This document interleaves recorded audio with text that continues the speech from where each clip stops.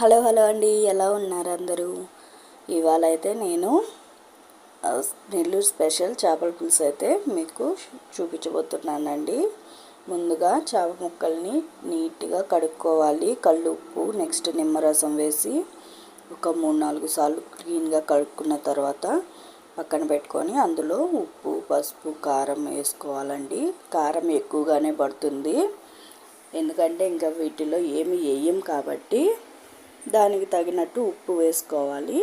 బాగా కలిపేసుకొని ఆ తర్వాత ముందుగా మనము ఒక నిమ్మకాయ సైజ్ అంతా, పెద్ద నిమ్మకాయ సైజ్ అంతా చింతపండు అయితే నానబెట్టుకొని ఉంటాం కదా, ఒక 1/2 అవర్ బ్యాక్. అదైతే బాగా పులుసు చేసేసి కొంచెం పలుచగా కాకుండా కొంచెం చిక్కగా కలుపుకోవాలండి. మొత్తం ఆ ముక్కలకి అంతా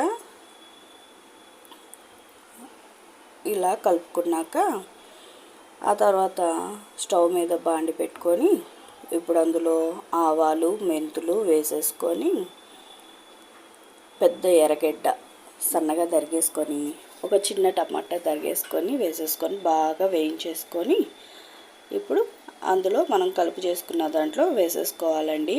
ఇందులో మనం ఎటువంటి అల్లం వెల్లుల్లి కానీ, ధనియాల పొడి కానీ, నెక్స్ట్ వచ్చేసి ఈ కొబ్బరి మసాలా కానీ ఏది యాడ్ చేయకూడదండి.